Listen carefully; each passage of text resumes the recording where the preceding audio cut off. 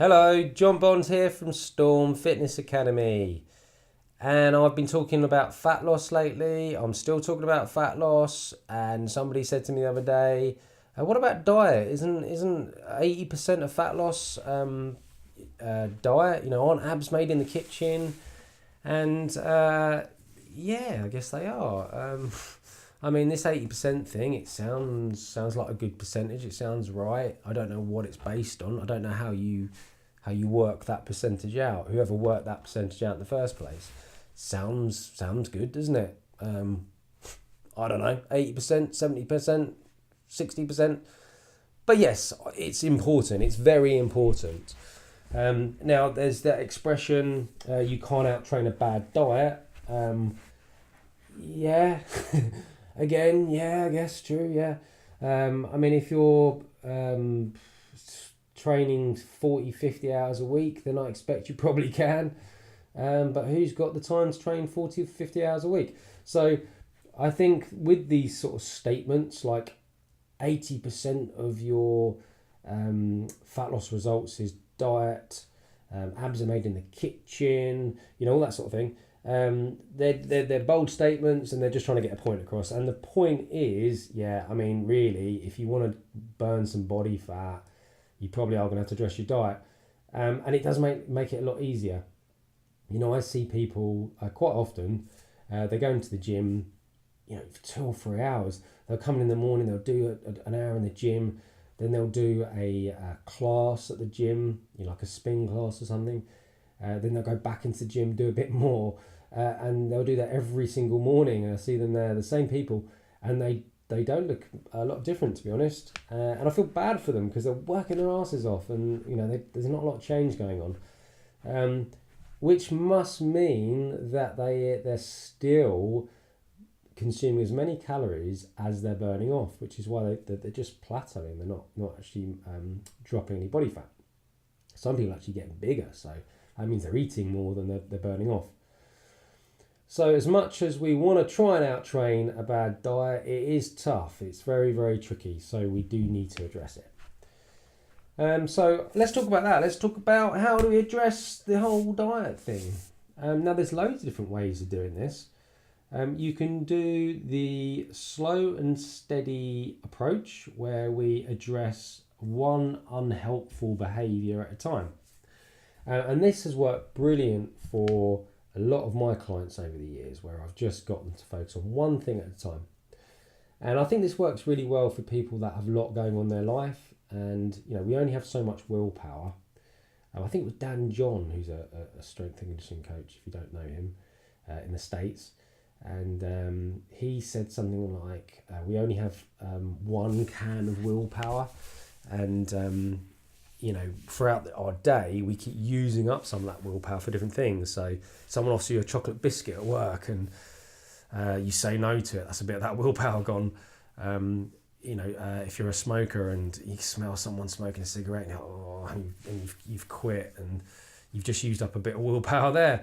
So there's lots of occasions throughout your day where you keep using up this willpower from your can.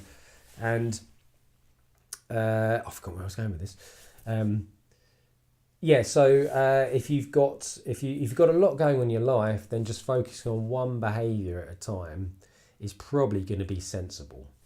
And that could be that your breakfast is bad. Maybe you're not eating breakfast, so then later on in the day you're making worse food choices because your blood sugars are so low. So first thing could be start the day on a good nutritious breakfast and just focus on that and nothing else. It could be that your protein intake is extremely low. So you're finding that you don't feel as full when you're eating your foods, you're fatigued quite a lot, your training's suffering, so you're just going to try and hit your protein goal. My advice to anyone out there that's really, really busy, got loads going on in their life and don't have a huge amount of time to focus on lots of different things, go for that approach. Focus on one unhelpful behaviour at a time. And once you nail that behaviour, then move on to a new one. The most recent research at the moment on habit forming is 66 days is the kind of optimum amount of time to develop a new habit. I think the actual results of the study showed it was a range of different times for different individuals, but the mean average was 66 days. So I would probably suggest that you keep working at that new behaviour for at least 66 days. And then once that 66 days is up, there's a strong chance that that is now a new habit. So that's that approach. That approach isn't for everyone though, because a lot of people want to see results fast. They lose motivation if they don't see those quick results, and they're all or nothing kind of individuals that just really want to go crazy with it. And I think these days I'm a bit more of that kind of person. I used to be like, I quite like working on one thing at a time. But when it comes to my training, I do quite like hitting it hard for a bit, and the same with my nutrition. So with that approach, we've got the whole calorie counting thing. So I know straight away people hear that and think, oh God, counting calories. Now, of every method or system out there, it doesn't matter what diet you've read about or heard about, the calorie counting method is the most tried and tested, foolproof way to fat loss.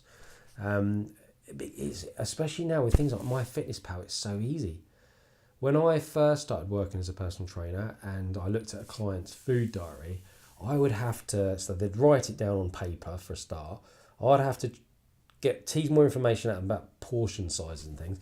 I'd have to then get a book on, it was like a food table, where you'd have to try and convert all that into what calories they were. And it takes so long. It was a nightmare. When you're a young personal trainer at first, you're super keen and you loved it, and you had 1 or 2 clients, so you had all the time in the world to try and to do all this.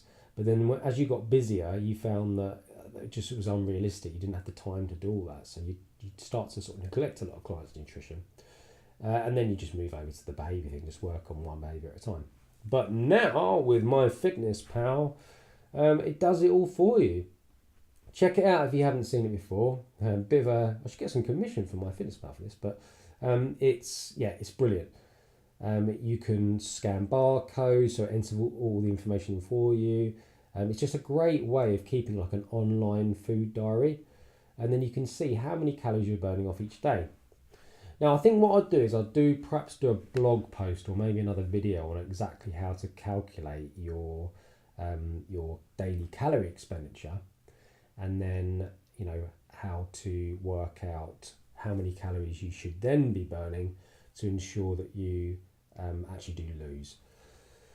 But MyFitnessPal does that for you actually, so perhaps I don't need to. But as I said, it's really important, if you are that kind of person that needs to see results quick, is that you go down the old calorie counting route, because it's tried and tested, works every time, can't go wrong. If you find a week later you go and check your weight or you check your body fat levels and you haven't lost anything, you know that last week you consumed too many calories, so you reduce your daily calorie goal. Okay, so bit unstructured that video, apologies for that, it was just kind of stuff that was in my head. If it didn't make sense, then come back with questions and I can answer them for you. I hope that was a little bit helpful. Cheers, bye.